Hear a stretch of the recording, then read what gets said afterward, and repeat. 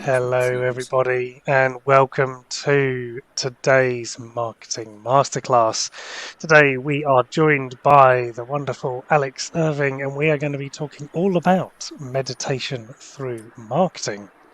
So, for those of you who have joined us before, we're going to be introducing Alex shortly, and then we've got a couple of things we're going to work through during this crowdcast. For those of you who are new to our channel, then welcome. My name is Simon. I'm one of the co-founders of Better, Bolder, Braver, the coaching community for coaches who are working on their marketing and getting more in touch with how marketing is making them feel. So I'm going to hand over to Francis so you can do your intro. Thank you, Simon. Hi, everyone. My name is Francis Halasti, and I am the other co-founder of the Better Bolder Braver community. I have had the pleasure of working with Alex. I was going to say intimately, and then I thought maybe that's going to sound a bit wrong, but I'm proud to say that I've got to know Alex intimately because we work together on a one-to-one basis. We're also part of the Happy Startup School community. Alex is a very proactive and supportive member of Better, Bolder, Braver, and I absolutely love what Alex is all about, which is making more accessible meditation for many people, and is really experienced in doing and guiding meditation, but also is very alive to what the challenges are for all of us normal human beings in the world trying to have a meditation practice. And I get very energized and I feel very seen and supported when I speak to Alex, and he illuminates me. We would love for you to experience that yourselves, and so this session is different in the sense that Alex will be guiding our check-in, and we will be doing a bit of meditation in the second half of the session, and we're going to talk about what it is that kind of happens in meditation and how this relates to what happens in marketing. So this is a really interesting subject, and I'm just very pleased that those of you who are with us live are here, and please know that what you have to say and how you're feeling is of great relevance to all of us. So please do not hesitate to share in the chat. So without any further ado, Alex. Oh, is it fuzzy? Hi, Charlie. What's that? Is it me, or does it sound very fuzzy and noisy? There is some traffic in the Does a little background. bit. It's not Alex, mine. could you just check that Yeah. your microphone is using your microphone? One of the features of Crowdcast is it chooses the wrong microphone 100% of the time. How do I find that So out? if you hover over your face on the screen, and then there's a little cog that comes up. Oh, yeah. Change camera. Is that better? That sounds better to me. Can we still hear you, Alex? Oh dear. We might have gone too far the other way now, Charlie. We've gone into. I don't think we can hear you now, Alex. How strange. This is unfortunately one of the things. This is unfortunately one of the downsides of Crowdcast is the audio side of it is really like unsophisticated and basic. There's a Yeah, so muted we're just icon waiting for for Alex Alex. to reconnect with his microphone. Hopefully, he will come back I always shortly. feel really safe and unstressed when Alex is around, even though we're live and in front of loads of people. I'm really. Oh, look, he's completely gone now, but I'm okay. It's That's all gonna be right. We'll fine. get him back on. There's Um, a poll in the chat, which maybe it now is a good time for people to have a quick look at, if that's all right. Oh, look, we've got some lovely people here: Catherine, Charlie, Kieran, Victoria, Chris, Solomon, Gemma, David, Penny, and Reb. Hi, everyone. Oh, here he is. Hello. Are you back? Maybe. How Yay. do I sound to you? Perfect. No, there's no such thing as perfect. You sound good enough. Better than. that's That's less super. hissy, less hissy now. That's good. Wow, I've got like Crazy. Yeah, it sounds much better. Sounds very clear to us. Yeah. Yes, you are Good, not good. on camera, Catherine. Maybe one day you will be. But no, you are not a Yeah. it is not a Zoom call. This is a sort of So, visual podcast, which is Simon, yeah, myself, and Alex, and you are very much here, but limited to the Catherine. chat. So I hope that makes sense. Okay, right. All the Yeah. technical stuff aside, shall we get back to let's ground ourselves in the moment of where we were before and all Yeah. that fun stuff. Where were Alex, we before? We were about to go for a check-in, right? that's correct. Yeah. Um, which is one of those kind of funny words we use, isn't it? I don't know who's here, what familiarity they will have. Like, oh, let's check in, and there's various ways that one checks in. Um, but I think more like it's when we meet each other, we say, how are you? And but we can do this for ourselves. Um, and so actually, I mean, we can all do this right now as a kind of live thing, us three, but also everyone else, or if they want to, can have a go with this as well. Um, and I guess the first thing is like, what's going to help you get a bit of a sense of how you're doing right now? And it might be looking away from the screen, actually, maybe looking out the window, or I don't know, looking at the wall, or just to kind of experiment what's going to help you. Some people find closing their eyes helpful, other people, no, not so much, actually. But sort of what's going to help you get a bit of a sense, and even without making it a big deal, like, how am I right now? That kind of question of actually, how am I? How am I doing? And you might just notice what kind of, if anything, comes out for you with that. Might be a word pops into your head, like, yeah, good, or something, whatever it might be. Um, it might be more a kind of felt sense, a feeling, a sort of sensory impression of something. Um, it might be an image or a sound. If you were going to express this to someone else, how would you do that? Would you use a word? Would it be a picture? Would it be a gesture? Um, yeah, and maybe can't be bothered with this right now, and that's fine. That's fine. I don't know. Leave me alone. Maybe that's how you are. Um, but yeah, just to kind of get a bit of a sense of how are we? How are you? Actually, how are you? Yeah. And I can start if that's helpful.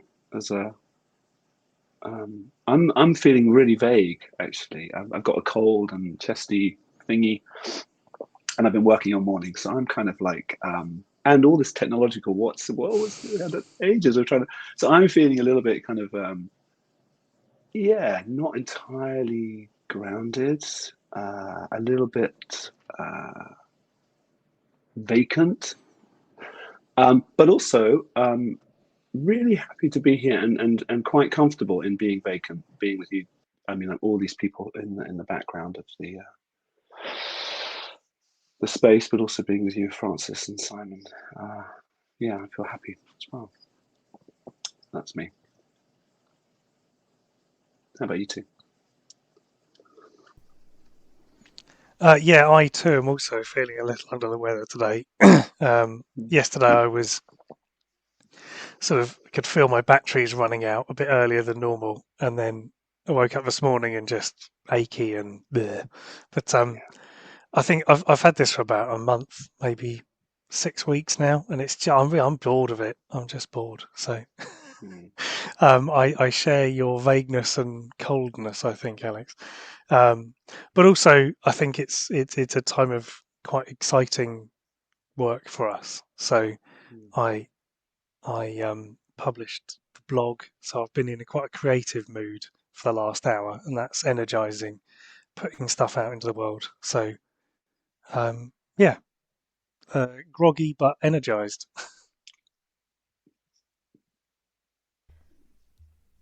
Thank you. We do quite a lot of this kind of jazz and have to check in quite a few times a day. I sort of feel. um, but I love the way that you invited me to look out the window or do something, and I found myself looking out the window, which is what I do sometimes. And I realised I was really pleased to be alive, which feels a bit profound for a check-in.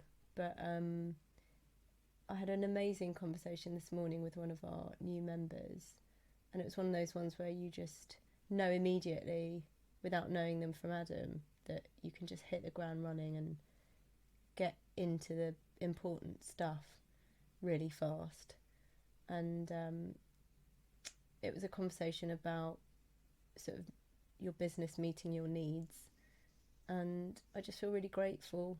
And yeah, these kind of conversations I find very energizing, and I feel a lot of love, and I feel very safe, because whenever I speak to you, Alex, I feel energized and creative and safe, and I feel that way with Simon as well. So I'm feeling very open to this and pleased to be here. Cool. Oh, thanks, Chris. Chris is pleased I'm alive. That's because he was doing a workshop in London and had a free place to stay over the weekend because I exist. So that's good. Right then.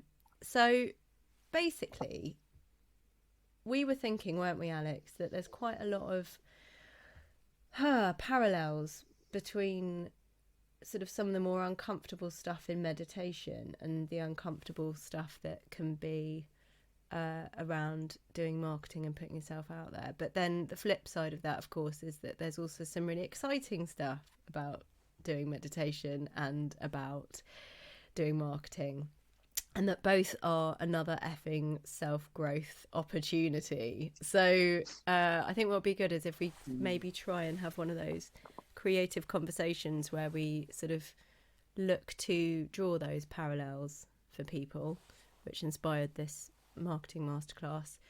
And then, as mentioned previously, the last part of this will be that we invite you to actually do a meditation session for us, and perhaps people can use that opportunity to reflect on what it is that we've discussed.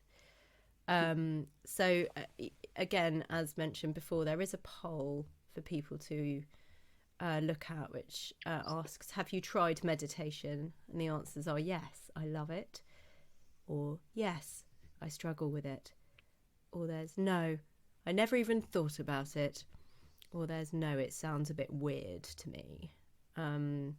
So if people would like to, thanks Catherine, you can vote on the poll as well as post in the chat, and then we'll have some data which we can use today and maybe in the future. So yes, off the back of that, what does it mean to you, Simon? What are the parallels that you would draw between meditation and putting yourself out there? I think for me it's a curious question, because it I think the reflection that you can do as part of meditation feels like something that, if appropriate, sharing out loud with your audience could actually enable quite a deep connection. However, I also see that sometimes it feels like you don't necessarily want to share everything, and therefore actually meditation can be a useful tool almost that you use in the background of your marketing to sort of think about where you might like to take your business, your marketing, your client work, and maybe, you know, as much as it can be used externally, outwardly in marketing, perhaps it's also one of those sort of like support tools, you know, that you use to reflect on, you know, actually I've made this thing and people loved it, or I made this thing and people didn't like it. You know, maybe there's an element there of using this to be able to sort of process some of the things that come up for you in marketing. I'm drawn to Catherine's comment here around consistency as well. This idea that in order to do something properly, you have to be really consistent and religious about it. And I wondered if, maybe you can speak to that a bit, Alex, to kick us off. The consistency piece.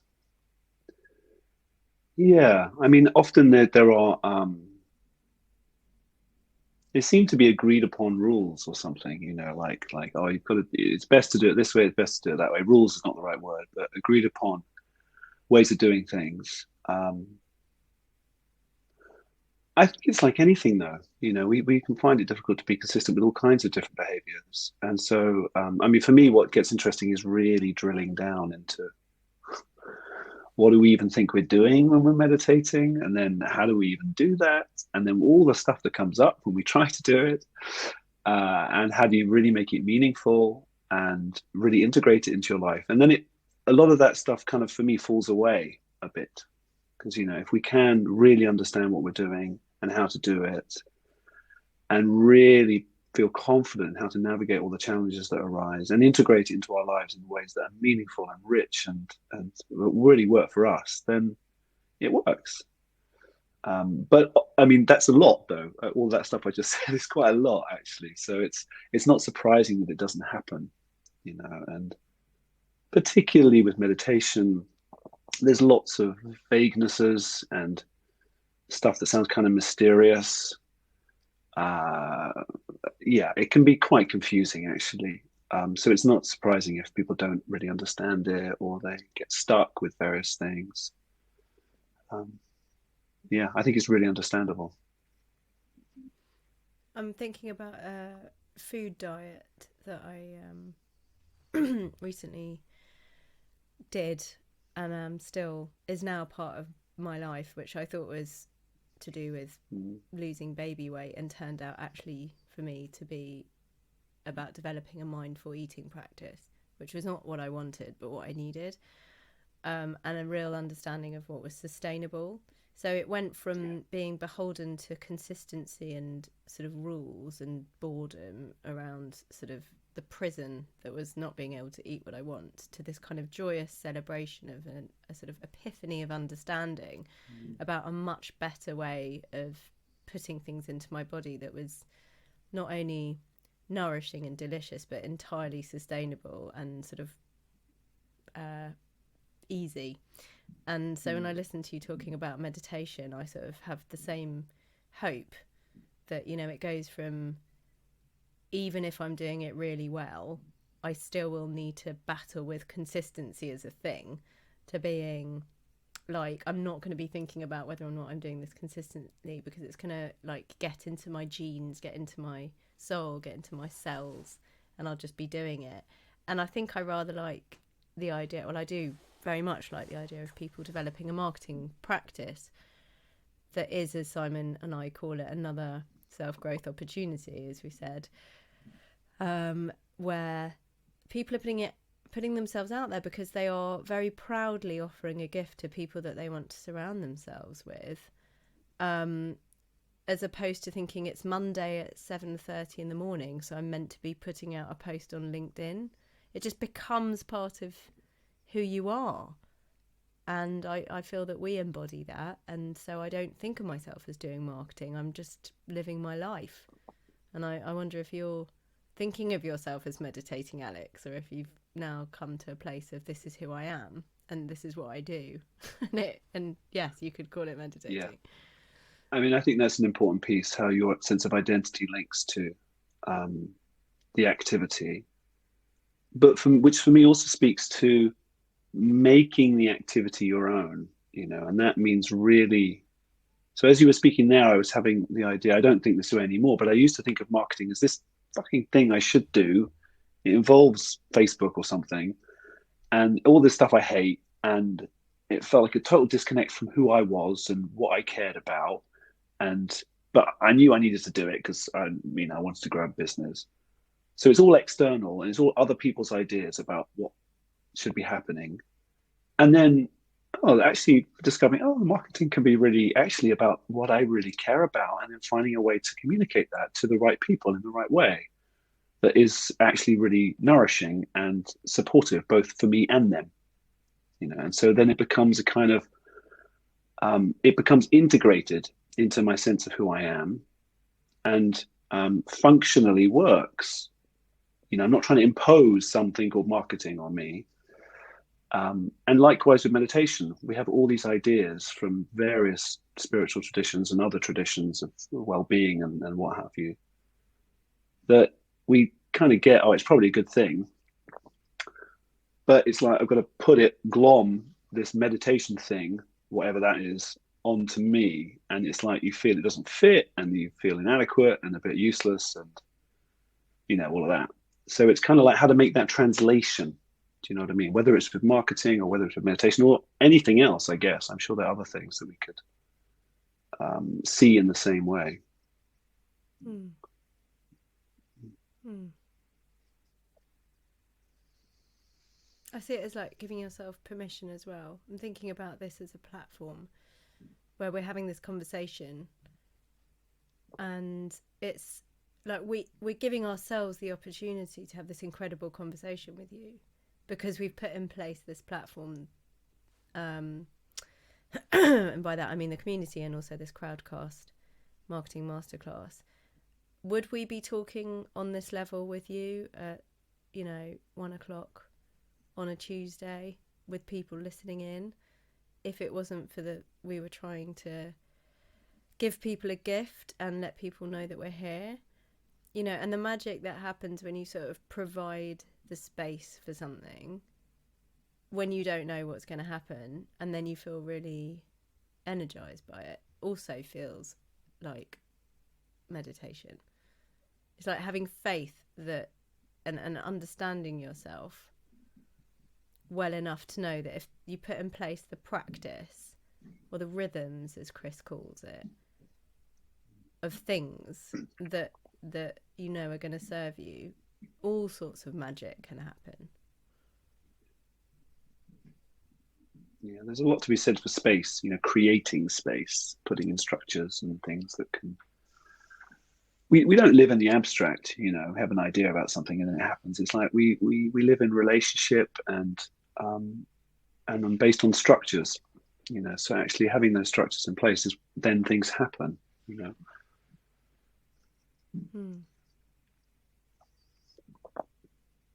Simon's so pensive.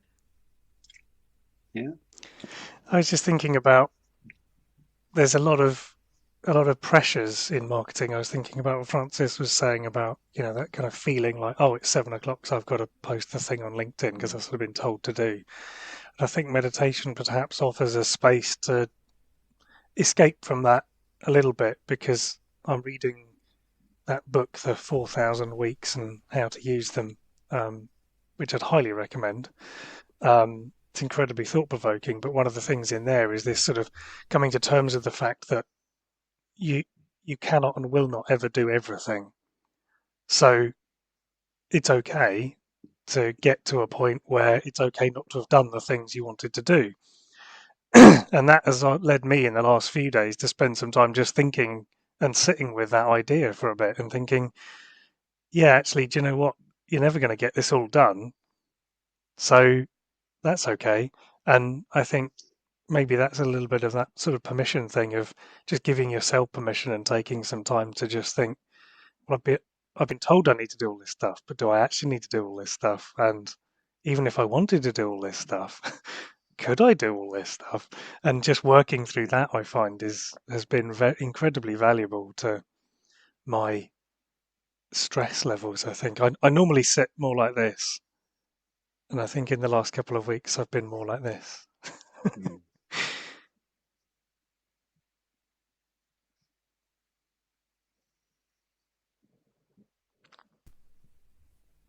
It's easy to get quiet when I am with Alex.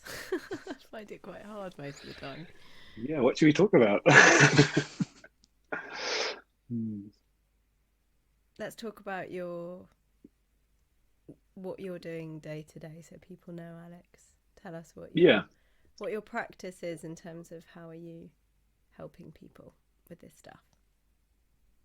Yes, I mean, I teach mindfulness. That's the teach, coach, train, whatever word is helpful.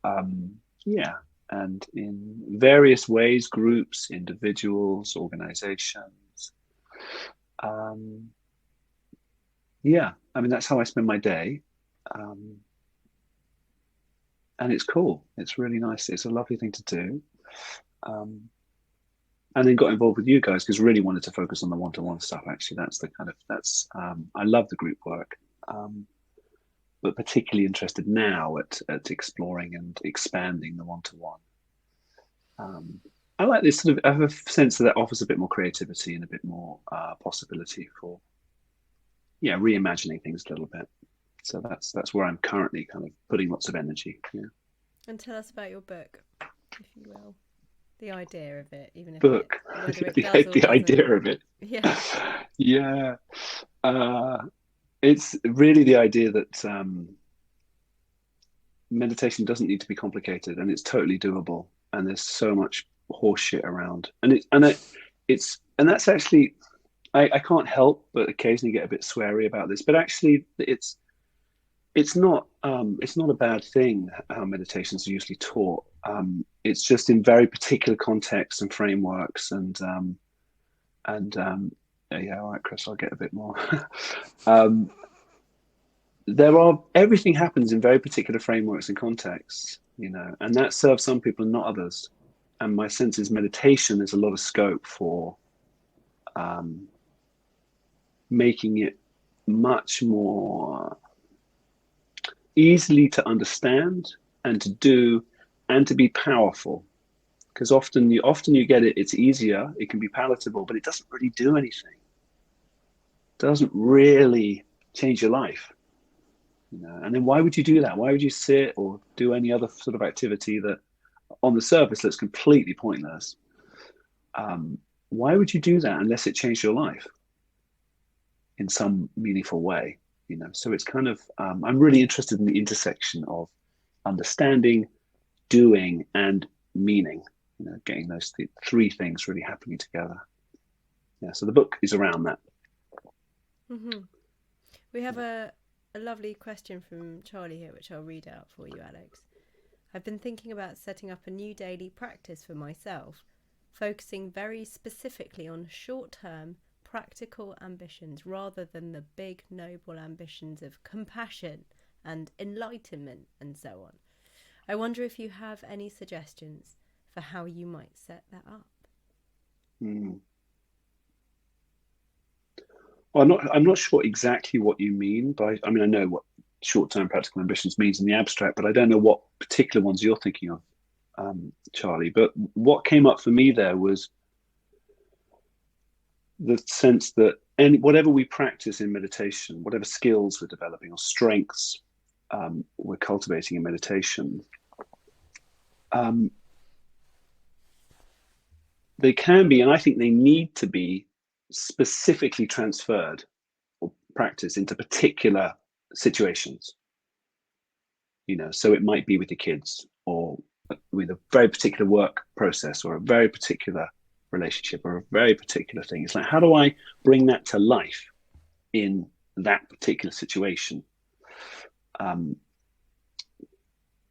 I don't know if that's what you're thinking of, Charlie, or if you're thinking of something else. I don't know. So yeah, it depends what you mean by so say more if you want to say more about what you're the other way around. Intriguing. I'm thinking, should we get Charlie in and get practicing very low ambition meditation? Okay.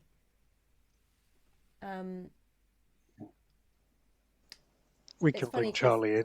Let's bring Charlie in. Charlie, are you up for it? This is your area of zone of genius as well, so why not? Yay!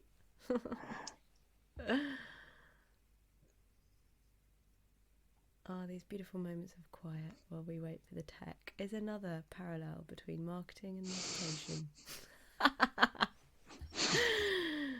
meditation. Yay! Charlie! How's the sound? Perfect. Yeah, good. Yeah, it's all right. Good. So yeah, what did you mean? So I was thinking about, the benefit you're seeking from the meditation, that's what gives you the energy to do it, right?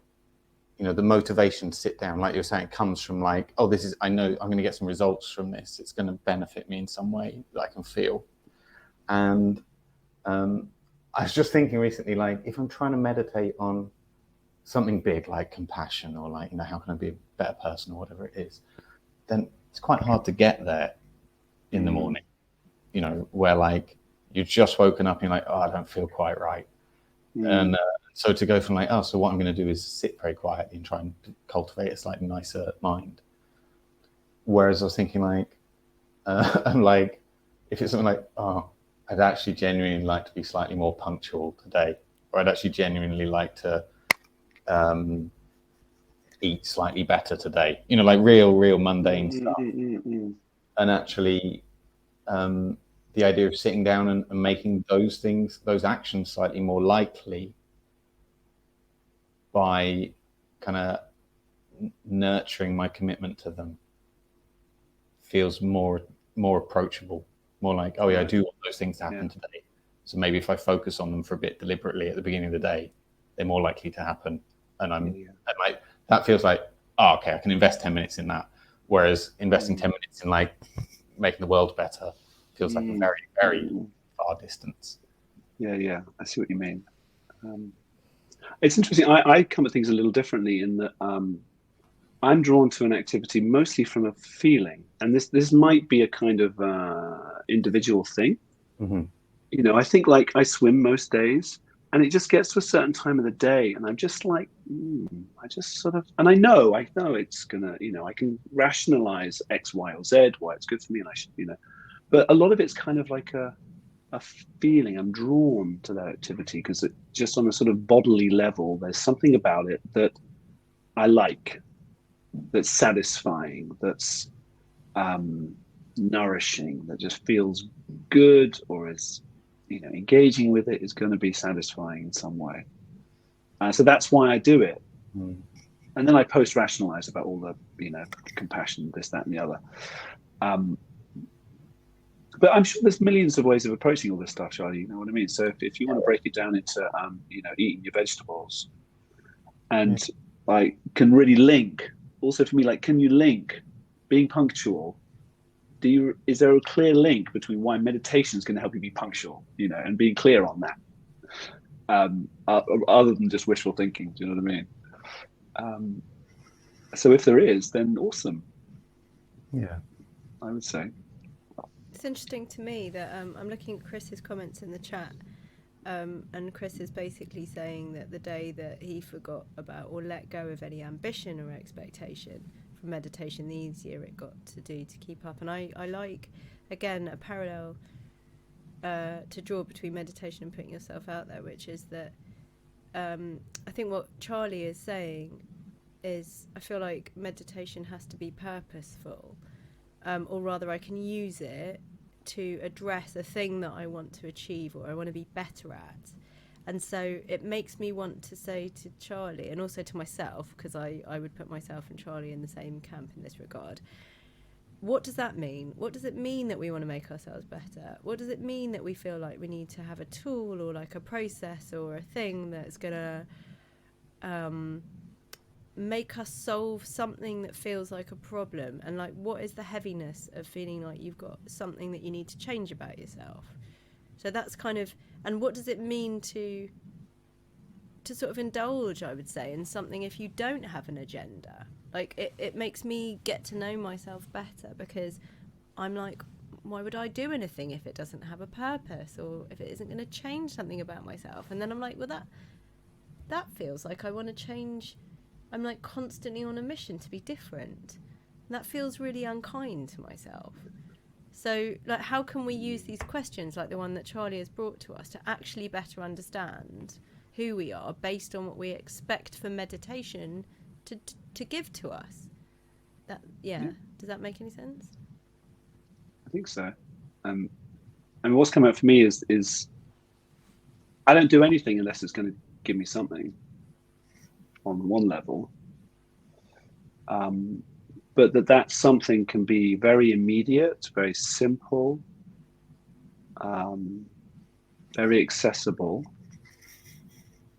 And if I load it with something that is far away, out of reach, maybe even somebody else's idea about what I should be doing, but even if it's my idea, it's far away, it cuts me off from where I am now. And so there's the unkindness, or the kind of the separation from, oh, I feel like shit and I want to feel amazing.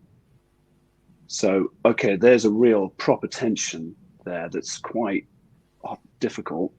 Or I feel like shit, and okay, is there a way that I can approach this that is actually helpful in this very moment, soothing, or just in some way helpful?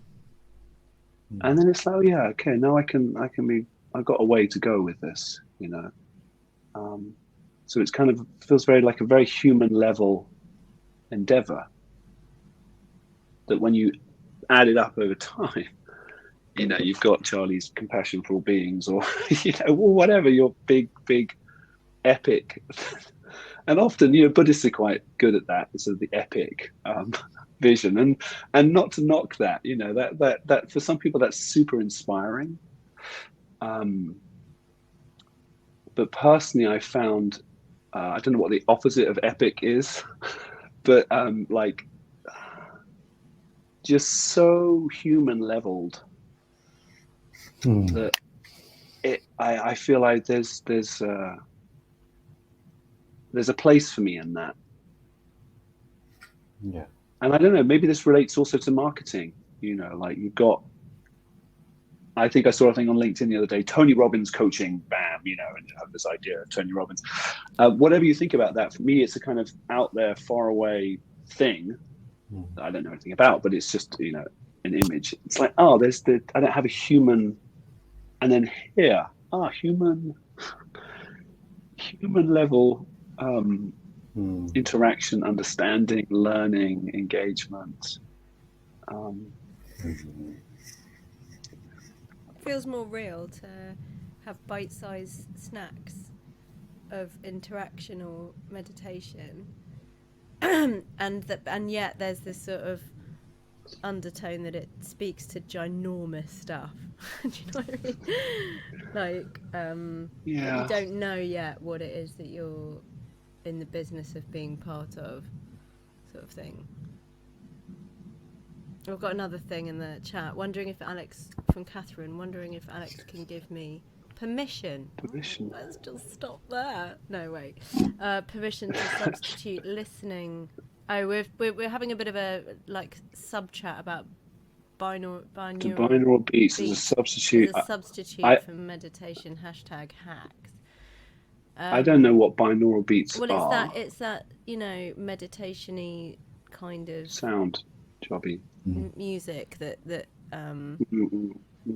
So I think what Catherine is getting at here, well, I think earlier Catherine said, does anyone have any thoughts on binaural beats to entrain the mind via headphones while working?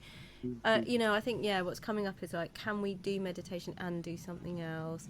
Can we hack meditation? I think we haven't yet said what meditation is. Yeah, what is meditation anyway?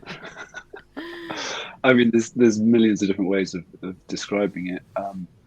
I like to describe it as something you do to build certain inner strengths. And then that opens the question, well, which inner strengths? And then it's like, well, there are different kinds of meditation. You know, so mindfulness meditation tends to focus on three, which are steadying yourself, befriending your experience or making friends with your experience, and seeing what's going on more clearly. So kind of, we could say calm and clarity and compassion, or something like that. So that's the kind of mindfulness is a particular mix of those three in a particular way, but there are other kinds of meditation. So, I mean, my question for Catherine would be, like, what do you understand is actually happening when you listen to binaural beats? What are you growing inside yourself? What's it cultivating? And then it's like, personally, I say, it doesn't matter what you do. If it's you getting what you want, and you want to get that thing in a different way, and it works, great, I would say. Can I add a little bit to that? Please, I was going to say Charlie is an expert also on getting into what it is that you actually want, needs, clear on who you are. So yeah, please, Charlie, do. Well, I mean, just to go along really with what Alex said, but I think that question of like, well, what is meditation, or I suppose, what are you going to meditation for? You know, what is it for you? Will give you a bit of an answer to like whether binaural beats will help. And I think informally, it's so common that meditation's become synonymous with a thing that you can do where you can find some comfort, where you can find some relaxation, where your mind can become a bit more peaceful. And so I think if you're looking for an activity that you can do in the day that will give you a bit of peace, then yes, if listening to certain frequencies helps with that, then it's an entirely valid, activity. But if you take meditation like more closely to the definition that Alex is coming with of a sort of a practice, a means of deliberately cultivating, inner strengths or inner qualities, then I think that like passively listening to something isn't cultivating something, isn't cultivating a skill, isn't cultivating a kind of habit of mind. And so it's a little bit like riding on the golf cart rather than walking through the field or something. And so the benefit of treating meditation as an activity where you're training your mind, where you're developing capacities to do something, is that it becomes entirely independent. So you don't need to have the right headphones with you or something like that. You just need to go inside and do the thing that helps. Does that sound right, Alex? Yeah, I like that. Yeah. But it may be, I mean, I've never listened to binaural beats, but it may be that by listening to that, there can be still some active engagement with your mind or your inner state or what have you, so that there can be that skill-based happening, or not. It could just be you're listening to whales, or sorry, that's a bit pejorative, but listening to binaural beats or whatever, and it's just nice, and that's fine, comforting, but not having that cultivatory, that's not a word, but cultivation happening. It could be a nice preparation for meditation, at least. Yeah. Just as much as clearing the room or closing the windows or shutting your eyes or something, actually listening to some calming tones. I can speak only from my own experience, but I find myself often wanting to listen to meditative music, not to do meditation, but to kind of calm my mind when it's trying to do something else, whether it's sleep, work, be with my children who are both under the age of 5. Music for me is a great way of switching it out. But I suppose the invitation there is like, what is the pain that we're trying to mitigate when we have to do something that will soften in a way that we can't just do if we sit in a room? And I feel like what you two are speaking to is like, again, back to the sort of truth of the matter. It doesn't matter which way round you do it, but if you do have to do something in a certain way, or you have to rely on a prop, as Charlie suggests, whether it's the headphones or indeed just the music, what is it that means you have to have something there and you can't just do it, as Alex says, in the absence of anything else? Let me just see. Lastly, we're mindful of time. I know that Alex is going to do a beautiful meditation for us just now, but let me just check in with the chat. If there was a way to outsource meditation, I love that. I'd be a customer. Yeah. I think you're poking us, as Chris would say, Catherine, and in a very generous way, because quite clearly there, what you're saying is what you're saying is, of course, ironic, and very well, don't you, Catherine? That's ridiculous. There's stuff that you. Well, it's like outsourcing exercise, do yourself. Which also makes me think of you can get those vibrating plates you stand on that jiggle you. I don't know how good those are for you. You know what I mean? You jiggle. I don't know if there's an equivalent meditation thing. Proxy meditation is so good. There's some great phrases coming up today, and people paying people to pray at the Wailing Wall. It's like a exactly. Brilliant concept. But actually, I mean, for me, this that speaks again to that sort of like, are we sort of wishful thinking, on the one hand, but actually for me the magic of meditation, but also exercise, getting out for a walk, is like actually engaging fully with myself, my surroundings, my life. Like that's the whole thing of it. So it's like, I think people are scared of it. It's like that friend or foe thing. You know, when you're a kid, it's like friend or foe. And now I'm looking at an exercise bike going, sometimes it's a really good friend and sometimes it's the enemy. And I think, the meditation is what people probably think of as the enemy, but not being able to admit it to themselves, thinking that they need it, but being able to pay people to go and do it for them is a way of not engaging with it. In the same way as we talk about marketing, it's like people are like, can you just do it for me? It's like, what's going on there, really? Go on, Charlie. Oh, just speaking to what you're saying, like how we can like inflate it into this enemy. I think the proper English culture of having a nice cup of tea is probably really helpful for deflating that. Because if you think like, oh, I should probably do some meditation. Oh, how do I do it again? It's all of this stuff. But if you think like, I think a nice cup of tea would help right now. There's none of that pressure. Just like, oh, that'd be nice. And in practice, you put the kettle on, you wait for it to boil. Then you do the thing with the tea, and then you sit down with the tea and you wait for it to get cool enough to drink it, and then you sit there and enjoy the tea. Like it's not very different, is it? You're sort of shifting your mindset. You're taking a time out. But no pressure. No one's going to think like, oh, how are you at cup of tea? Like, how is your cup of tea practice? Exactly. Like, I feel so much pressure with cup of tea. You just be like, oh, nice. And so maybe that's a way in, is like, start with having a cup of tea and then like maybe add gentle layers of meditation to it. Just so it's a better quality tea time rather than a whole separate foreign undertaking. Yeah, I love that. And we've thought about walking for meditation. Like people have embraced the idea that you can do walking and it is meditative. And it kind of begs the question that what can't you do and it be meditative? Because really it's the ritual of doing it, and the mind, ironically, it's being able to be mindful in making a cup of tea that allows for making a cup of tea to become a meditative practice. So, Alex, what were you going to say? I interrupted you. I was going to say something like,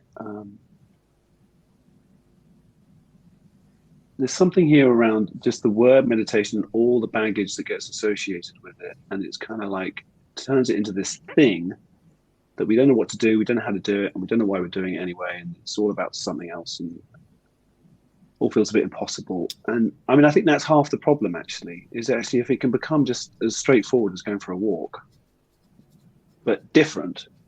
It is different, but it's as straightforward, or like Charlie says, is making a cup of tea, but different, then it's like I think people can start to get on with it actually, but most of it's not presented in that straightforward way. It's couched in and linked to all kinds of metaphysics and ideas and images and history. We've got thousands of years of and not that any of that's bad, but it's just, it comes with a lot of baggage. And then here's me being a bit wound up and stressed and thinking, oh yeah, meditation. And like, what the fuck? It's kind of incomprehensible in some sense. But my sense of the reality of it is really simple, actually. It is simple. And if you're interested in it, it's not, you don't have to do it. It's like, it's not, you don't have to drink tea, you don't have to meditate, you don't have to, I love it. I can relate so much of this to doing marketing, I have to say, because I can see how people can pivot from it being the enemy into being the friend. That thing. Has anyone been to Thailand? Did anyone go to Thailand in the sort of early noughties? And there were all those T-shirts, same but different. Does that mean anything to anyone? It's probably completely politically incorrect now, but like you could buy vest tops and T-shirts in Thailand when I was there backpacking that just said same but different, and it was a phrase that everybody understood meant what it says on the tin. But I like the idea of like repurposing an everyday practice like going for a walk or making a cup of tea and making it different simply by seeing it as meditation. So it's the same thing, but it's different, as you say, Alex. But I'm also speaking to, there's also something that is different, that it doesn't look anything like making a cup of tea, or doesn't look anything like going for a walk. Yeah. Although you can do those things with mindfulness, that's great. But there's also something that's different, where we're still, we may be more internally oriented, and are learning how to become familiar with, and then to guide in helpful ways, our minds and our hearts and our bodies and the whole kind of psychophysical being that we are, learning how to guide that in ways that are really fulfilling and helpful and useful and practical. That is not the same as doing some mindful coloring. Nothing against that, but that is like, that has its own purpose. But it's like there's also something called meditation, which is super practical and helpful. I can tell you how we get more clicks, Chris. It might be that because we've run out of time, Simon's like, we've got 7 minutes left, right? We can either do this meditation thing for 5 minutes and then not have any time for chat, and then it's like, that's fine. Or we can say that Alex can run a workshop for anyone that's here and anyone else that is the meditation that he was going to do today, and then he'll get loads of clicks, because hopefully people will listen to this and then go, do you know what, fuck it, I'm going to do Clicks that. or chicks, what am I getting? Yeah. Oh, chicks. Yeah. Oh, He did God, say chicks clicks. you Both. want. All right. Both. Well, Yeah. we can talk about how can you use meditation to get more chicks another time. But because like we don't know where things are going to go, and that's the beauty of it. We seem to have slightly run out of time. I said I was feeling vague at the beginning. Yeah, Yeah. no, but that's fine. That's fine. I mean, it's up to you, Alex and Simon. No, I would say not, just because you don't want to. It's nice to leave a little time to really explore things, and it doesn't have to be masses of time, but I think more than 6 minutes. Yeah.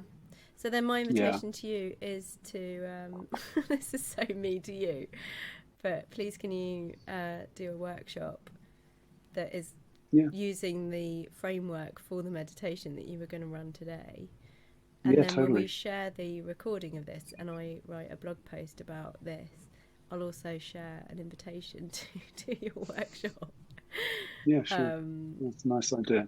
Yeah, that's going to be really I was reading today something about different brain networks, and that actually there's one whole side of our brain, I think it's the right side of the brain, it's all about competition.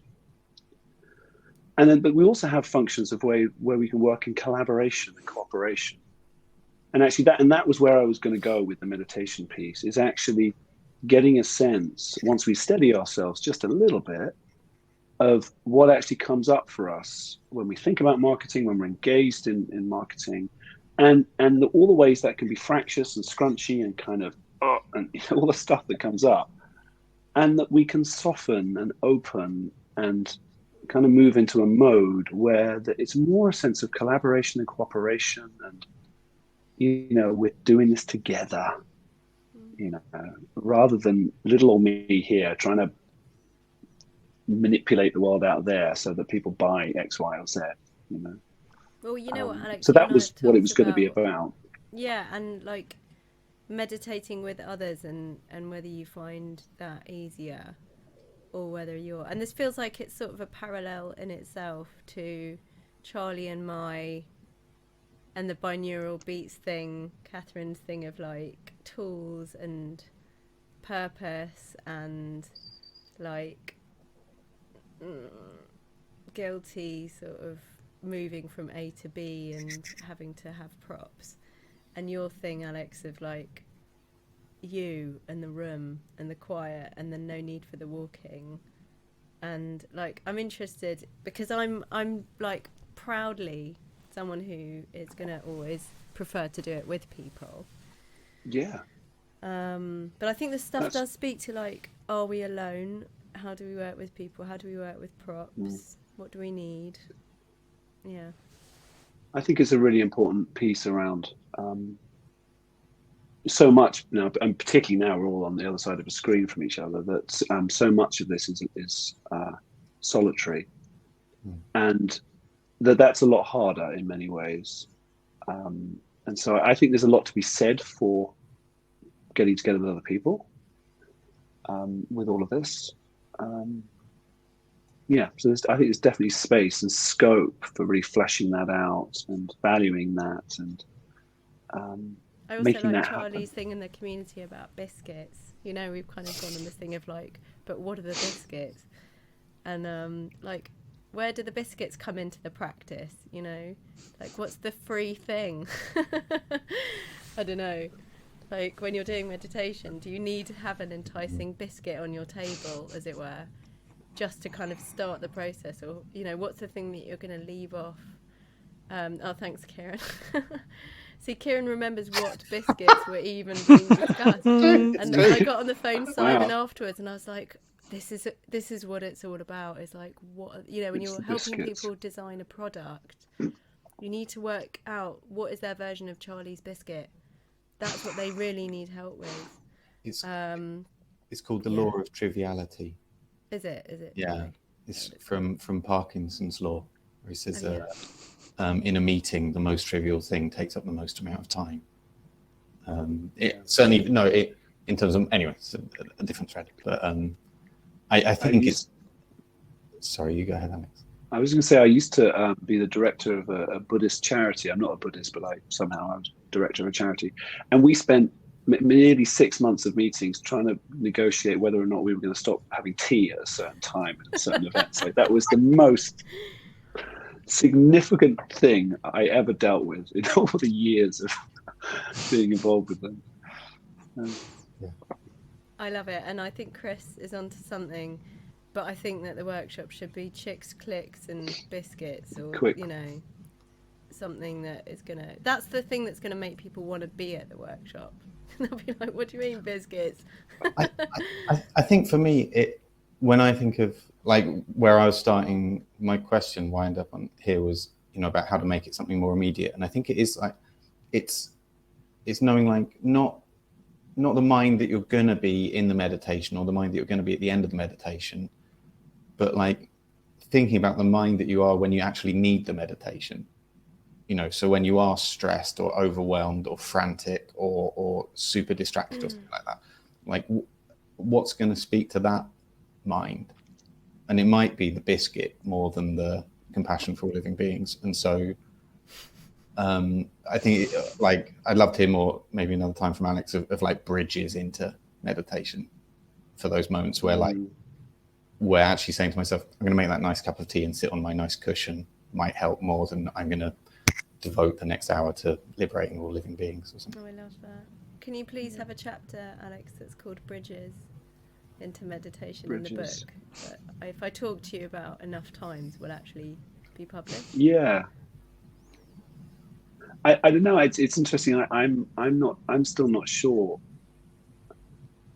whether having a thought about what's going to happen afterwards.